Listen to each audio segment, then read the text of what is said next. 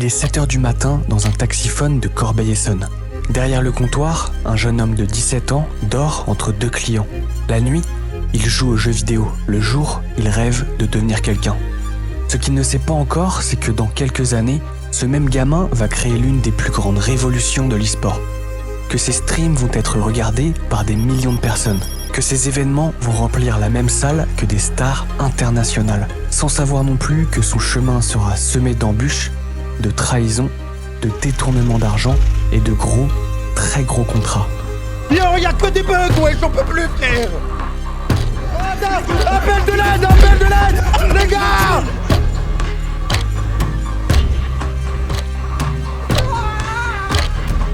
Et là, la guerre a commencé.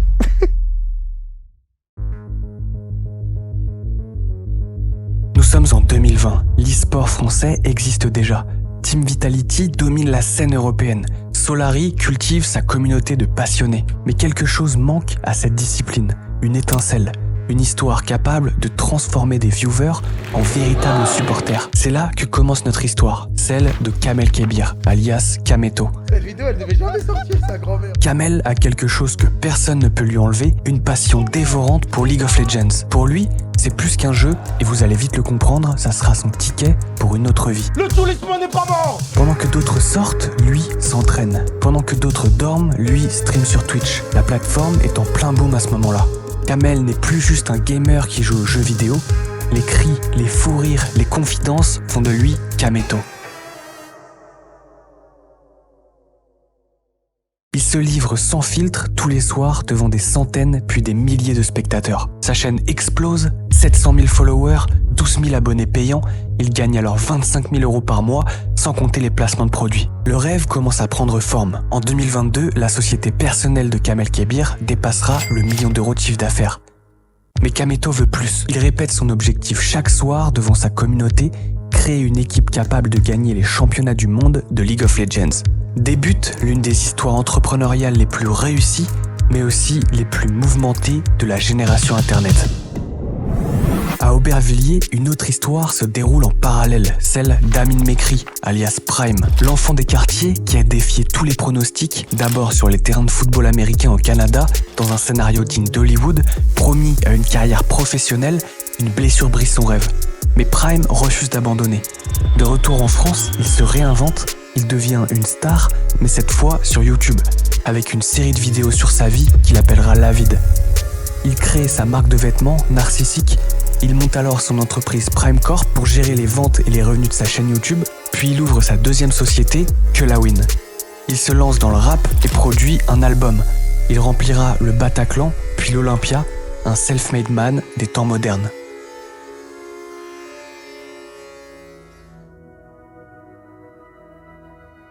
« 2019, à des milliers de kilomètres de la banlieue parisienne, en Corée du Sud.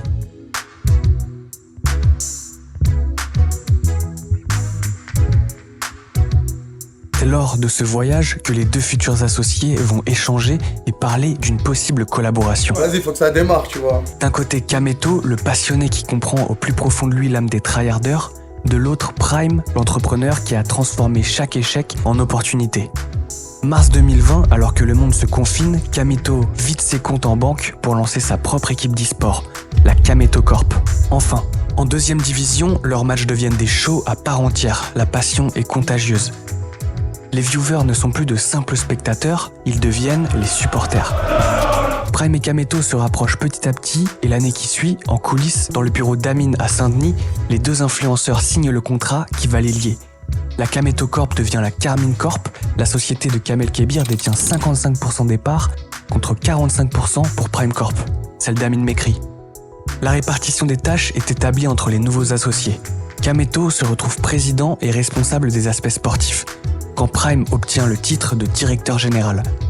Il est chargé de l'événementiel et des produits dérivés, principalement les maillots, et vous le verrez, c'était une très mauvaise idée. Mais pour le moment, l'annonce au public fait beaucoup de bruit. Dans ce monde où les audiences décident du sort des clubs, l'idée de placer une personnalité publique en tant que directeur général de Karmin Corp est perçue comme très bonne.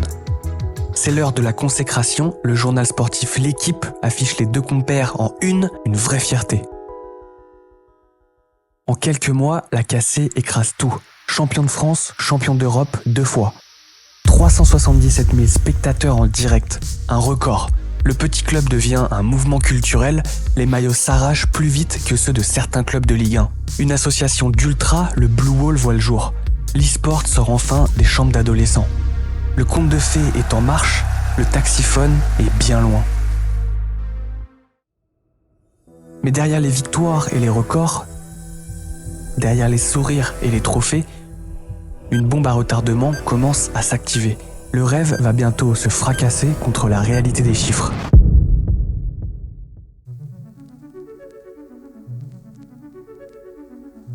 Sur le papier, tout est parfait. L'alliance entre le roi de Twitch et la star de YouTube, le mariage parfait. Les premiers chiffres donnent le vertige. Les maillots s'arrachent comme des petits pains. Certains mois, le merchandising rapporte jusqu'à 395 000 €. Des marques gigantesques comme Red Bull, CIC ou Orange s'associent à l'équipe et apportent une dimension supérieure. En une seule journée, lors du premier KCX, une série d'événements en physique, au Palais des Congrès, la salle affiche complet, sans aucune pub, sans aucun média traditionnel. L'e-sport français n'avait jamais vu ça. Mais dans l'ombre des victoires, quelque chose commence à se fissurer.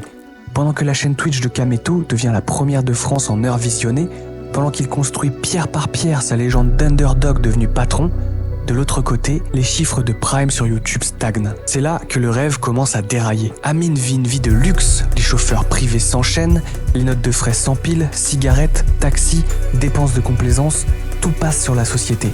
Le train de vie explose, les rentrées d'argent, elles, ne suivent pas. 20 000 € par-ci avec Puma, 10 000 € par-là avec Hugo Boss, sa marque narcissique peine à décoller et à lui rapporter de l'argent. Et chaque jour, sous les yeux de Prime, les chiffres de la Carmine continuent leur ascension vertigineuse. Une tentation permanente, un fruit défendu à portée de main. C'est à ce moment que la métamorphose s'opère. Les deux amis, les deux associés deviennent des hommes d'affaires, des businessmen. Avec leurs secrets, leurs zones d'ombre, dans les bureaux de Prime Corp, sous les yeux de Prime, les flux financiers de la Carmine dansent sur les écrans d'ordinateur. Des sommes qui font tourner les têtes. Les réunions deviennent tendues, les silences s'allongent, les regards s'évitent. Un jour d'été 2022, quelqu'un du clan Kameto découvre des anomalies dans les comptes. Des milliers d'euros se sont volatilisés. À ce même moment, Prime passe son permis pour participer à une certaine compétition de Formule 4 organisée par Squeezie. La confiance est brisée, le masque tombe. C'est plus une histoire de passionnés qui construisent leurs rêves. C'est devenu une guerre silencieuse pour le contrôle d'un empire. Les deux associés ne se parlent plus qu'à travers leurs avocats respectifs, mais le pire reste à venir.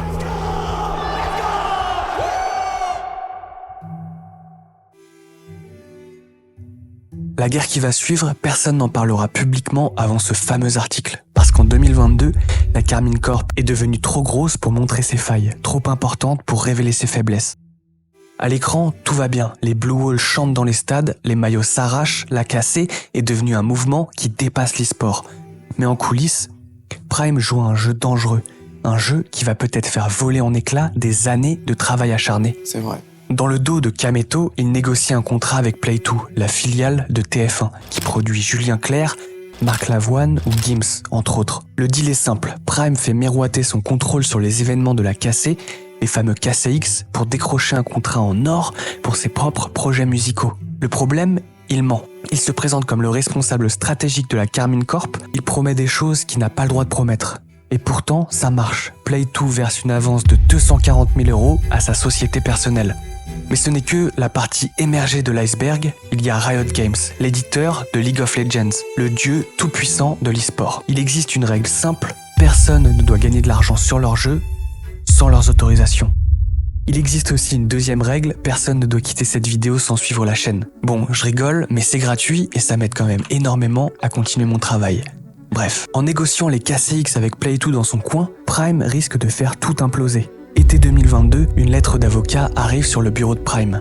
Le document est glacial. Il parle d'opérations de merchandising non expliquées, de manœuvres volontairement frauduleuses, de confusion créée par Monsieur Mécry dans son intérêt exclusif. Le clan Prime nie tout, tente de riposter, leurs avocats préparent une liste de griffes contre Kameto, ils pointent du doigt son contrat d'exclusivité avec Twitch qui prive, selon lui, la Carmine Corp de revenus.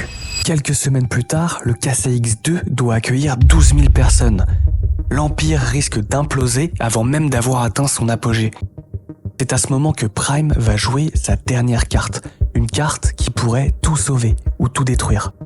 Son nom, Iris Alamedine, et avec elle la promesse d'un ticket d'entrée dans la ligue la plus prestigieuse d'Europe, la LEC, le Graal absolu, le rêve de Kameto depuis le début. Le prix, 35 millions d'euros. La guerre froide va prendre un nouveau tournant. L'automne 2022 arrive, beaucoup de choses se sont passées entre les deux associés. La Karmine Corp est au sommet de sa gloire publique et au bord de l'implosion en privé. D'un côté, des avocats qui préparent la guerre. De l'autre, des dizaines de milliers de fans qui attendent le prochain KCX. Iris Alamedine n'est pas n'importe qui. Cette banquière de The Rain Group a l'habitude de gérer les deals à plusieurs millions dans le sport et le divertissement. Et surtout, elle a quelque chose que Kameto désire plus que tout, les contacts pour entrer en LEC. La LEC, la Ligue européenne de League of Legends, l'équivalent de la Champions League dans l'e-sport. L'entrée coûte très cher. Les discussions commencent, la guerre ouverte est évitée de justesse, mais le prix de la paix sera lourd. Prime doit faire des choix. Il accepte de vendre une partie de ses parts dans la société pour ne pas avoir à s'expliquer devant un tribunal. Il consent aussi à abandonner le merchandising et à s'éloigner de l'événementiel. En gros, il capitule. Mais la vraie punition est ailleurs. Dans ce monde d'influence et de lumière, on le condamne à l'ombre. 16 septembre 2023, KCX3 à la Défense Arena. 29 000 personnes. Kameto arrive seul, en majesté. Prime, lui, n'est pas là. L'annonce fera énormément de bruit. La KC construit son propre stade à Évry, dans le 91 natal de Kamel. Une grande première pour un club d'e-sport français. Octobre 2023, annonce historique sur le toit de Publicis. L'Arc de Triomphe en arrière-plan, la KC entre enfin en LEC pour 25 millions d'euros, un coup de maître. Et ce n'est pas Prime aux côtés de Kameto, c'est Arthur Perticose, ancien de Sciences Po, ex-entrepreneur à succès, 150 000 euros de salaire annuel, le nouveau visage de la Karmine Corp. La start-up de passionnés devient une vraie entreprise. Le rêve de gamer se transforme en machine à cash. Ce qu'on monte, dit Arthur Perticose, c'est le Disney de l'e-sport. Même si Prime reste toujours actionnaire de Karmine, quelque chose s'est brisé. Le conte de fées a finalement rencontré la réalité des affaires. Et seul celui qui n'a jamais perdu son rêve de vue est resté au sommet. Et au final, c'est ça qui s'est passé. Début novembre 2024, un article publié par Revue 21 dévoile les coulisses de cette guerre froide entre les deux associés. Un article excellent qui m'a permis d'écrire cette vidéo. Cet article est une sorte de soulagement pour Kameto, qui s'exprimera en live en retenant toujours ce qu'il ne peut pas dire pour ne pas compromettre les affaires en cours, mais un coup de couteau dans le cœur pour Prime, qui devient l'ennemi numéro 1 du club, qui a tenté de profiter du succès de la Karmine pour ses propres intérêts. Cet épisode, aussi mouvementé soit-il, semble n'être que le début d'une très longue histoire. Une histoire dont on parlera encore dans une dizaine d'années tant elle a été mouvementée. Si vous avez vraiment aimé la vidéo, vous pouvez me le dire en commentaire, je tâcherai bien évidemment d'y répondre. Merci d'être resté jusque-là et à la semaine prochaine pour une nouvelle enquête.